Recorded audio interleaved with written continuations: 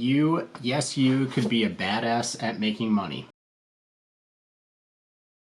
Alright, so in this video, I want to jump into talking about a book. Yes, a book. For those of you who know me, you will know that I am not a reader at all, really. Harry Potter's the only thing I really read. So if I recommend a book, it has to mean something. Reading has always felt like a chore to me, and that probably is because of school, having to read hundreds of pages of stuff I had absolutely no interest in. But that is for another video. So trust me, when I recommend a book, there has to be a good reason. Now this brings us to the book, You Are a Badass at Making Money. Recently, I've been looking for ways to level up my finances through my creative passions, because that is my goal, to be free of the typical 9-to-5 and to do what I love for a living. And while watching a lot of YouTube videos, I saw a lot of people mentioning the book, You Are a Badass at Making Money. And for a while, I ignored it for the previous reasons I stated. I'm not a reader. It just doesn't resonate with me. But after seeing so many people over and over and over say this book helped me, I figured, what the hell, let's, give it a shot. And even when adding this book to my Amazon cart, I thought, wow, I paid $12 for another 300 pages that's going to sit on my shelf and collect dust until I put it in a box where it will still have the dust on it but not be in my line of view. And I fully expected that to happen. I told myself I was going to give it a fair shot. I was going to read as much of it as I could until it got to the unbearable point, which for a lot of books with me usually happens around page 50. I just lose motivation, and I figured, hey, why not? But this book is different, and that is because it gave me two perspective shifts that I think have really helped me already, even though I'm not at the point yet that I would like to be. Now, there's a lot of cool stuff in this book, but the first piece of info that I really gravitated towards was figuring out what is making you stuck. What is this comfort in your life? What is the thing that you're relying on where you are not moving forward? And that really resonated with me, because it made me look at what I was doing, what makes me comfortable, and looking at how that is holding me back. In my case, I do have a day job, and that is something that I find comfort in because I'm not having to, scrape by with cash. I have health insurance, and it provides this nice cushiness without some of the unknowns that would come from just doing creativity for a living. And while I do still have that job, I have been able to reduce the days I'm there so I can focus more on my passions. And I really got to that decision through taking a look at what I needed, what I could get by with at that job, and then investing more time, energy, and money into what I want to make my full-time career. And it has worked out really well so far. I have started working with more people in my music space. I've started selling more in the music space. And I have also started to pursue other ventures that I hope will become financially viable in the future.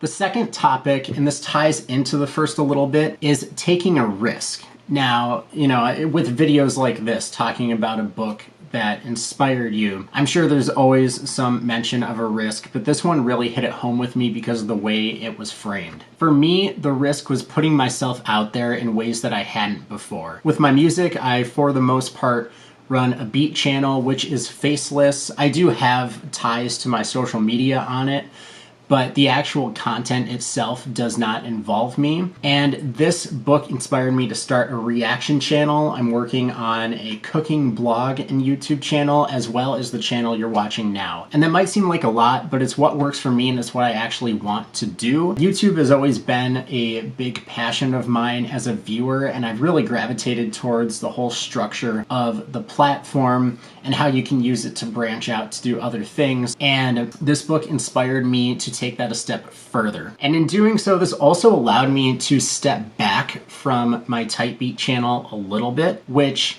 looking back at it, was such a great move for my mental state with pursuing other ventures. And I know a Type Beat YouTube channel is very specific for a more general video, but it's the experience I have. So with that channel, I was doing a post a day, which meant making a beat for the channel, an instrumental, uploading it to my BeatStars, which is the website I sell them on, and then uploading a YouTube video and doing that every single day, no matter what was going on. I did that for about 6 months, and it was a little bit exhausting because even though I was seeing some success through it, I realized looking back, a lot of the success was through the connections I was personally making, and not a lot of it was coming through the YouTube side of it. So I took a step back with that. I am now uploading every other day, which gives me time to work on videos such as the one you are watching right now. Thank you if you've gotten to this point in the video. I appreciate it. Yeah, it really just opened up my time to pursue all of the things I wanted to instead of narrowing in on this one, which in turn made me a lot more creative overall and got rid of some of the burnout I was feeling from doing the same thing over and over, because it was starting to feel a little bit like a job. And that's kind of why I don't like a 9-to-5 structure. It's a lot of the same stuff over and over and over,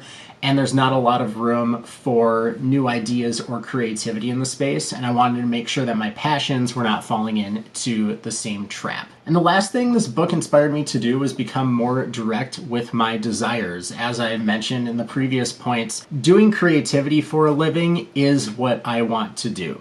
You know, that could come in a multitude of different ways, but at the end of the day, I will be happy with saying that I can be creative on my own time and do it for a living. That is my end goal. I'm not, out there saying, oh, I need 10 cars that cost 200 grand and $1 million mansion. Though I wouldn't say no to those things, my goal is simply to be creative for a living in a comfortable way, obviously. And this book asked me, what do I love to do and how can I make more money doing it? Which narrowed down the options of what I actually wanted to do and allowed me to expand on the idea of creativity. Now, like I said, I'm still early in the process of implementing points from this book, but as someone, again, who doesn't like reading and is always looking for something new to inspire me in my journey of becoming a full-time creative, it really did hit home with a lot of points. And there's also a lot I did not touch on at all from this thing. That's mainly like 2 chapters that I think were super impactful that I wanted to share. But this book has tons of stories. The author speaks in a very relatable way, which I think is part of why I gravitated towards it. I hate books that are very instructional, and this felt like someone was talking to me, which I appreciated, because it felt like it was coming from a real person and not someone who was trying to sell me an idea or give me a